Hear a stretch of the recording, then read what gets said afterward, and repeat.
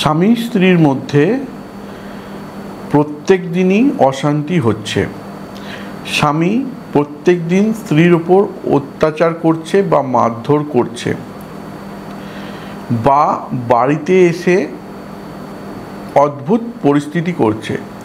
বাড়ির টাকা পয়সা চুরি করে নিয়ে বা না বলে নিয়ে জুয়া বা সাট্টা বা লটারি কেটে ফেলছে, কেটে বড় বড় বিপদ তৈরি করছে এবং বাড়িতে রেগুলারই অশান্তি করছে। যদি এরকমটি আপনার সঙ্গে হয়ে থাকে তাহলে করুন দেবশাস্ত্রীর এন্টার টিমের দেওয়া উপায়। কি এটা রিসার্চ করা উপায়?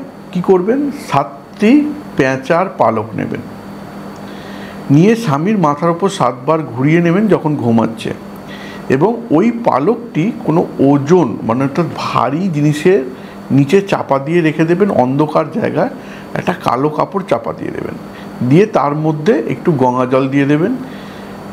দেবার 7 দিনের পর থেকেই দেখবেন আপনার স্বামীর এই কুঅভ্যাস বদ অভ্যাস আস্তে আস্তে চলে গেছে। আজকে এইটুকুই, নমস্কার।